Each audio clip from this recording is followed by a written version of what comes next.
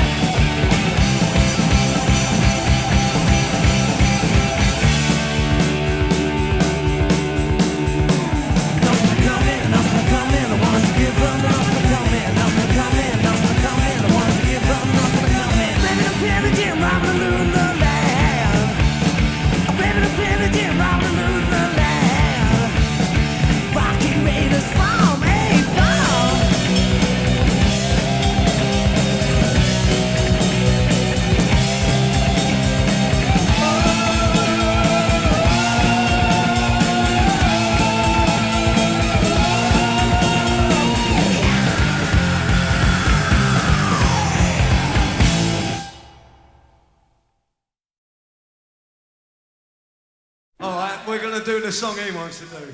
Stuck up bastard. This is a song called Phantom of the Opera.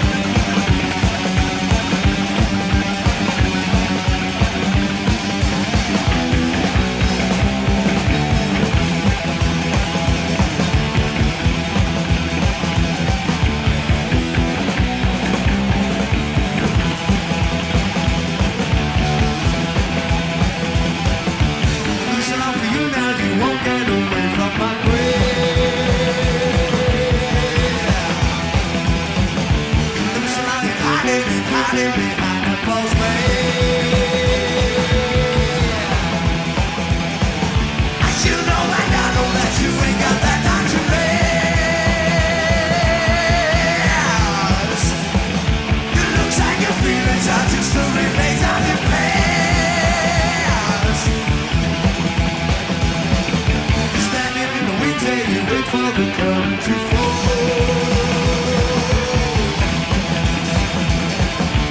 Knowing the terror and holding you have on us all.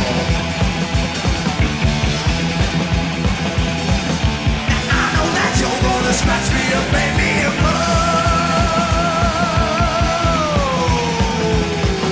and you know I'm helpless from your mesmerizing cat call.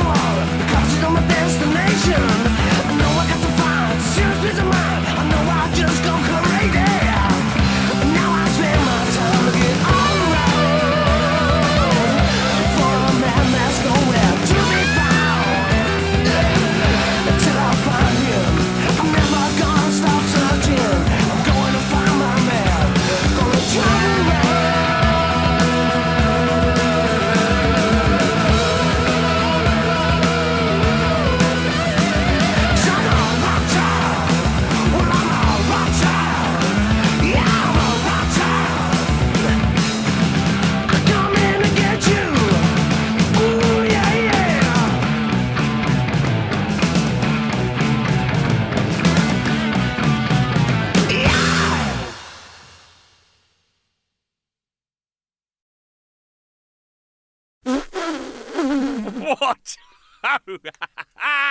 Well, welcome once again to the Not a Lot of People Know That Part 2.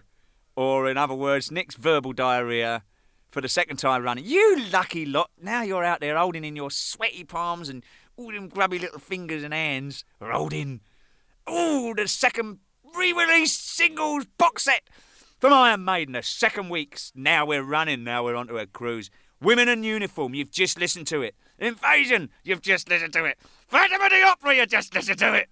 Oh, and Twilight Zone and Wrathchild, both Harry Harris, Bomber Harris compositions of the most outstandingly stunning performances. Marvellous. Well, look here. Woman in Uniform. Now then, Harry, you slipped up there. Listen, don't tell him, but you know it wasn't a song written by Harry, see?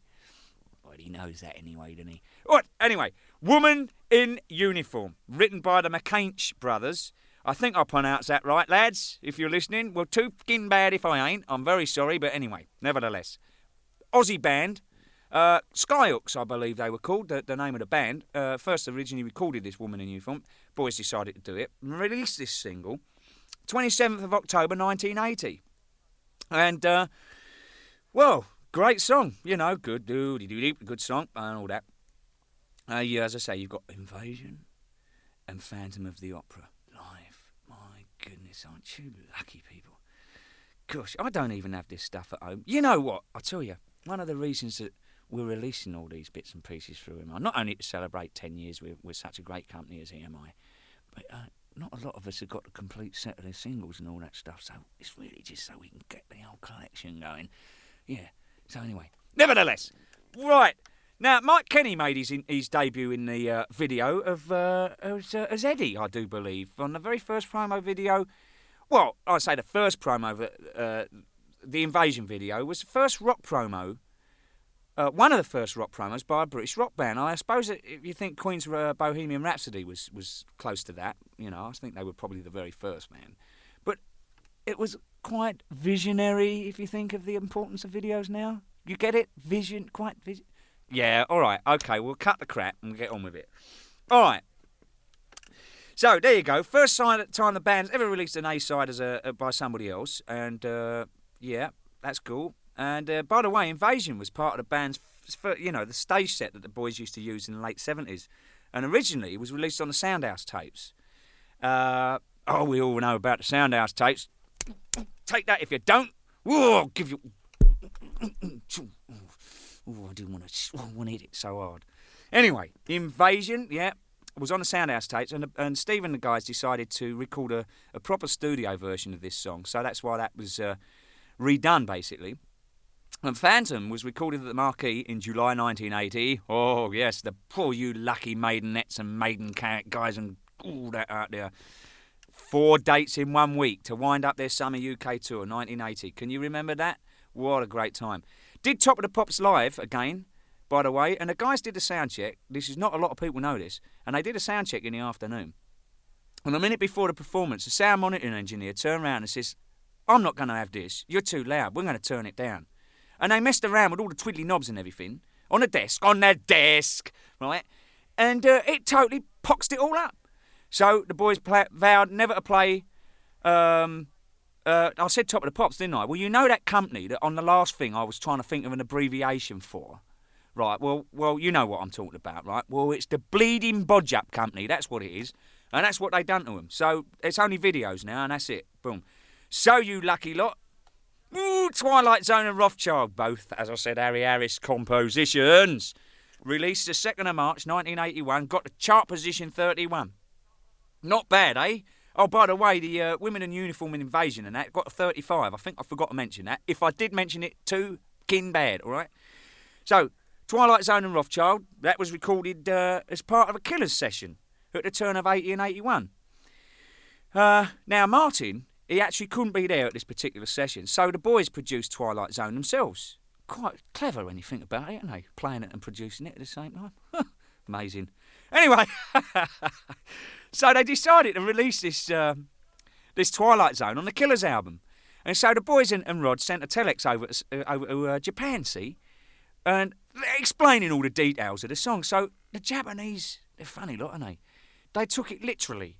And the song was printed as Details of Twilight Zone. My goodness, that's a cracker, isn't it? By the way, boys and girls, if you know your trivia, Mr. Adrian Smith joined the band in that particular part of time, didn't he? Yeah, now, Twilight Zone, this happened to be Adrian's first single with the band. Now, not a lot of people will remember that, but then again, probably they would. So I'll stuff it in my pipe and smoke it. H joined the band in September 1980, and as you know, on the back of this, or as it's a double A side, it was Wrathchild, and Adrian had to learn Wrathchild. It was sort of his part of his audition, you know. He also had to show the boys that he could kick a football and down a pint of beer in 5 seconds. Well, he managed both of them with no problem. Now, Wrathchild, he had to do the business. Well, all I can say is this: he must have done a fucking good job, hasn't he? Eh? Because he's steaming, and he's right there, see? So, not a lot of people knew that either. So anyway, that's H's audition out of the way, and he was all what's happening, and he went out on a tour in 1980 and autumn 80 and 81 and all this. And, well, there you go. And as it happens, as I said, the session that they did with the Twilight Zone and Wrathchild came out so well that they released it as a double A. And by the way, as we're talking about musicians, I've got a joke for you. I'm not going to like it very much, but you might, all right? So here it is. What do you call somebody that hangs around with musicians? Oh, no, not that one, surely. All right, a bloody drummer, all right? Now I've said it. And now all the boys are happy I've got that one out the way. Thanks a lot, Rod. There you go. Oh, by the way, I was in a band called Trust around that period of time, and in fact, the boys, we came out with Iron Maiden on their Keyless tour of Great Britain, and not a lot of people know that either. But we had a great time. We did about 3.5 weeks with the band, and we had a serious. It was great. Well, what can I say? Not a lot anymore. I think I've just about covered all that one. So I'm going down the pub to have a beer. Ta-da!